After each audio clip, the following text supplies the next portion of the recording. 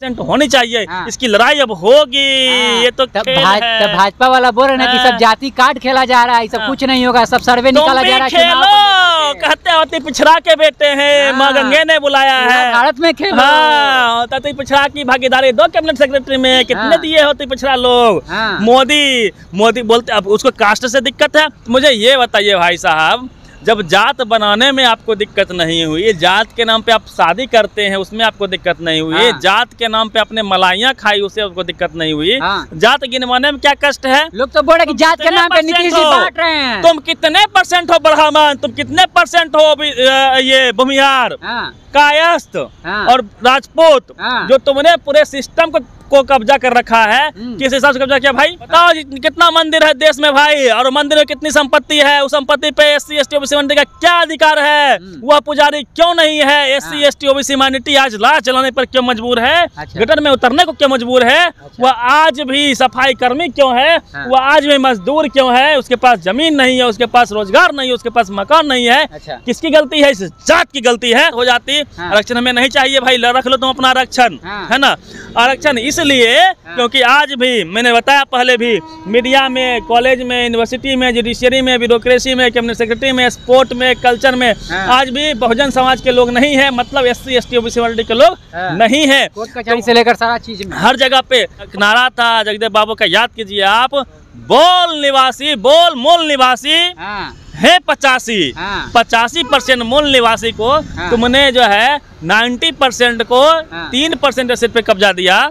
Means अभी मात्र अभी 90% जो लोग हैं देश में, उसके पास मात्र 3% का एसेट है और 1% के पास 40.5% का एसेट्स हैं। वो कौन लोग हैं क्यों नहीं पता करना चाहिए? कहते कि गर्व से कहो हम यादव हैं, गर्व से कहो हम राजपूत हैं, गर्व से कहो हम ब्राह्मण हैं। जब गर्व का मतलब क्या होता है?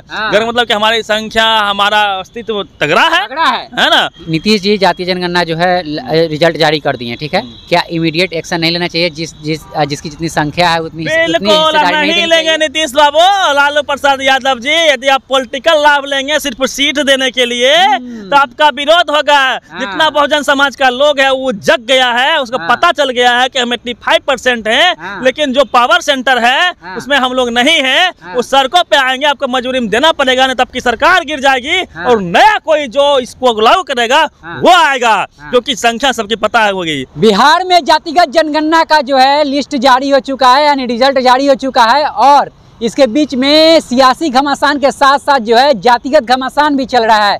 इसी मसले पे बातचीत करने के लिए हमारे साथ वरिष्ठ पत्रकार हैं नेशनल स्तर के रवि मेहता जी, बातचीत करेंगे। क्यों लड़ रहे हैं लोग अपने में? कोई लड़ नहीं रहा है, ये भरम टीवी अखबार फैला रहा है। उसका पहला भरम क्या है पता आपको? पहला भरम है कि जात पात इससे बढ़ जाएगा। हम उस टीवी अखबार से पूछना चाहते हैं कि तुम्हारे टीवी में कितने एंकर दलित के हैं, कितने एंकर OBC के हैं, कितने एंकर ST के हैं, कितने एंकर मुसलमान के हैं, मीन्स माइनॉरिटी हैं। तो जो इन लोगों के पास है ना, इन लोगों को टारगेट दे दिया गया है कि जाके आप जातीय जनगणना का विरोध कीजिए। मेरा सवाल ये है कि जातीय जनगणना होने से तुमको कष्ट क्या है भाई? अब मैं बताऊंगा फायदा क्या है। फायदा सबसे बड़ा ये है, तुमको पता चल गया। हम लोग कहते हैं कि गर्व से कहो हम यादव हैं, गर्व से कहो हम राजपूत हैं, गर्व से कहो हम ब्राह्मण हैं। जब गर्व का मतलब क्या होता है? गर्व मतलब कि हमारी संख्या, हमारा अस्तित्व तगड़ा है ना। अब बताइए आप कि अभी तक ऐतिहासिक तौर पे देखिएगा, मीडिया हो, कॉलेज हो, यूनिवर्सिटी हो, जुडिशियरी हो, स्पोर्ट हो, कल्चर हो, कैबिनेट सेक्रेटरी में राहुल जी ने बताया कि 90 में से मात्र 3 OBC हैं, बाकी 87 जो है वो सवर्ण कास्ट के हैं। तो मुझे ये बताइए भाई साहब, जब जात बनाने में आपको दिक्कत नहीं हुई, जात के नाम पे आप शादी करते हैं उसमें आपको दिक्कत नहीं हुई, जात के नाम पे आपने मलाइयाँ खाई उससे आपको दिक्कत नहीं हुई, जात गिनवाने में क्या कष्ट है? लोग तो बोल रहे कि जात के नाम पे नीतीश जी बांट रहे हैं। तुम कितने % हो ब्राह्मण, तुम कितने % हो ये भूमिहार, कायस्थ और राजपूत, जो तुमने पूरे सिस्टम को कब्जा कर रखा है। किस हिसाब से कब्जा किया भाई? इसके खेल को समझिए। इतिहास में जाइएगा तो SC ST OBC माइनॉरिटी शूद्र कहलाते थे, और उनको जो है पढ़ने लिखने, स्कूल कॉलेज यूनिवर्सिटी से दूर रखा गया। जब दूर रखा गया तो उनको जो है जो पावर सेंटर है, उस वक्त का पावर सेंटर था संपत्ति, मीन्स जमीन, संपत्ति में जमीन ही था, और मंदिर, है ना। इससे विश्वविद्यालय या विद्यालय जो भी था उससे उसको दूर रखा गया, यानी संसाधनों से दूर रखा गया। अब बताइए कि ये लोग सब पीढ़ी पर लिख रहे हैं, हमारे पीढ़ी को जो हम SC हैं, ST हैं, OBC हैं, जो शूद्र कहलाए, उनको इसने कॉलेज से दूर रखा। दूर कैसे रखा? हरिया टांग भी दिया, काहे कि छुआछूत होता था, पीछे में झाड़ू लटका दिया, है ना, और सारे संसाधन पे कब्जा कर लिया। जब कब्जा कर लिया तो इनका जो कब्जा है इस जातीय जनगणना से खिसकने वाला है, क्योंकि हम देखेंगे हमारी संख्या अधिक है, हमारी सरकार बन सकती है हमारी संख्या से ही। OBC अकेले सरकार बना सकता है, OBC और SC ST मिलकर 85% है।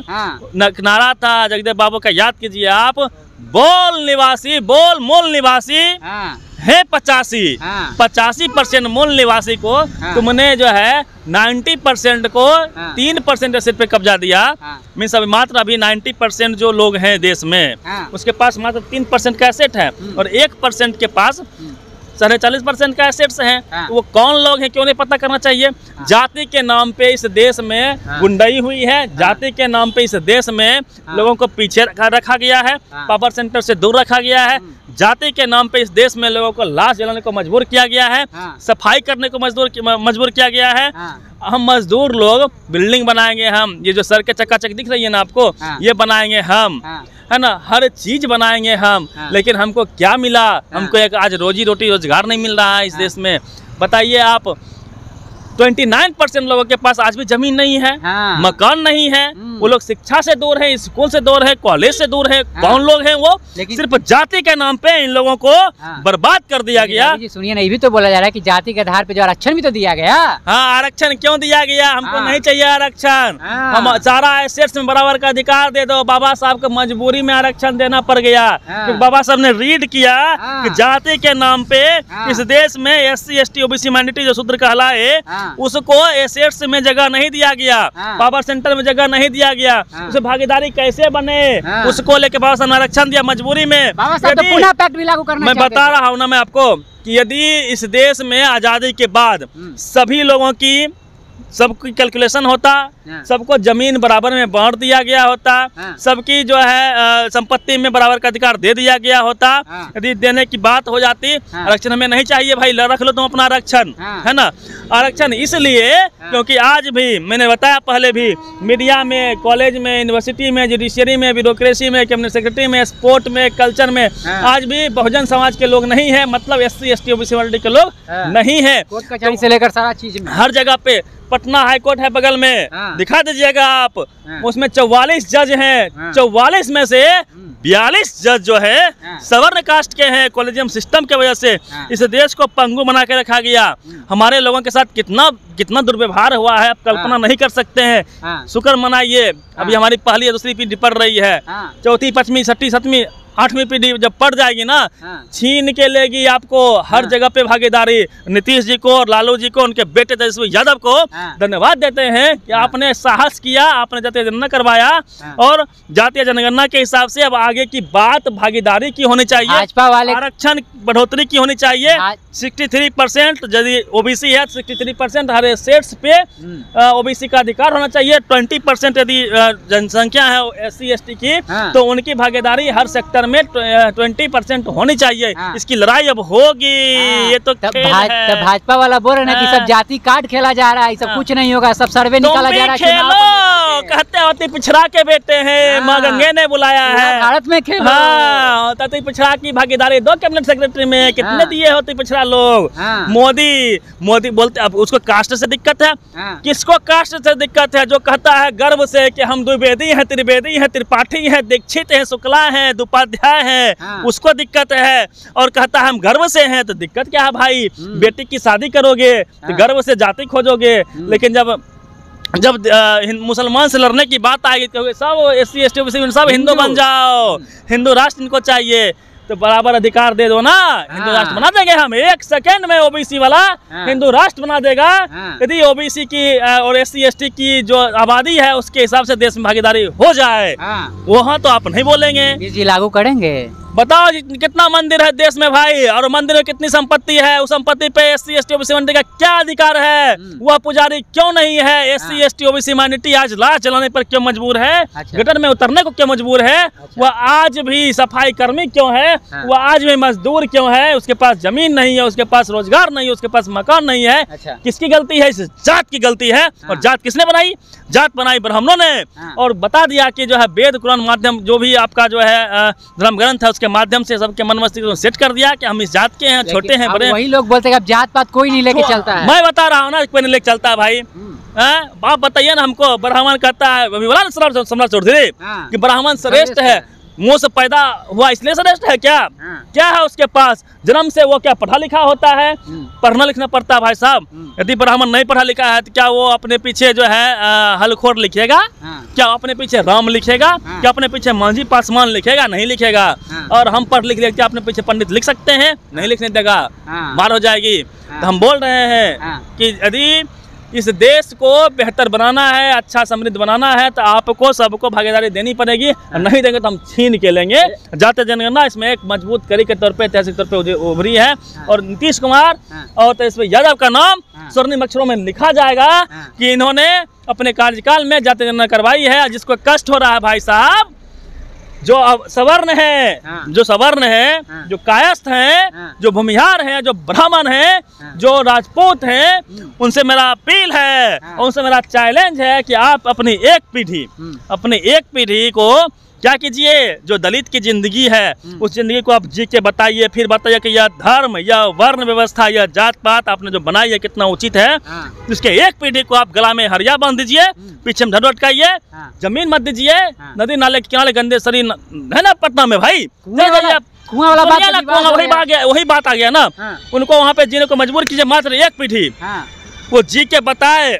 उसके साथ आप छुआछूत कीजिए, उसको कुआं छोड़िए, किसी से पानी लेने मत दीजिए, गंदा नाले का पानी पिएगा। फिर वो बताए कि यह धर्म, यह वर्ण व्यवस्था कितना अच्छा था और जाति जनगणना क्यों नहीं होनी चाहिए। जात बनाया, मलाई खाया, तब तक जात सही था। और आज हम अपनी भागीदारी की बात कर रहे हैं, जात गलत हो गया। लेकिन अब तो बोल रहे हैं कि सब लोग को मिलजुल के रहने की जरूरत है। भारत में SC ST OBC जितने भी जनरल कैटेगरी के लोग हैं सबको मिल के रहने की जरूरत है। अरे सब मिल के रहिए, लेकिन जिसको जितनी हिस्सेदारी है उसको दे दीजिए। आप मिलकर रहेंगे, नहीं देंगे तो लड़ेंगे आपसे, छीनेंगे आपसे। हम रहेंगे मिलके। बस एसेट्स में बराबरी दे दो भाई। अच्छा ठीक है रवि जी, लास्ट सवाल है।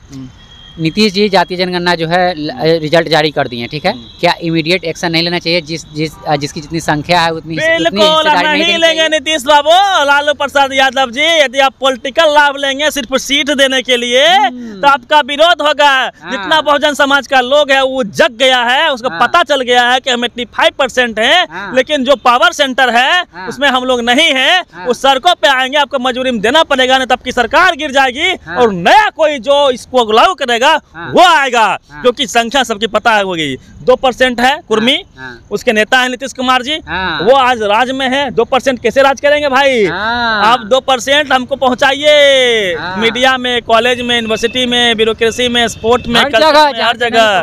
14% है यादव जी, वो आप लाठी लेके भैंस मत चराइए, लड़िए। आप भी न्यायालय में आपको जाना है, विश्वविद्यालय में आपको जाना है, मीडिया में जाना है, कॉलेज में जाना है, यूनिवर्सिटी में जाना है, ब्यूरोक्रेसी में जाना है, आपको स्पोर्ट में जाना है, कल्चर में जाना है, कैबिनेट सेक्रेटरी में जाना है। तो उसके लिए आपको लड़ना पड़ेगा। वही लाठी जो आप भैंस पर चलाते हैं वही सिस्टम पर चलाइए। लालू यादव से पूछिए कि हमको जगह दो, नहीं तो हम आपका बहिष्कार करेंगे।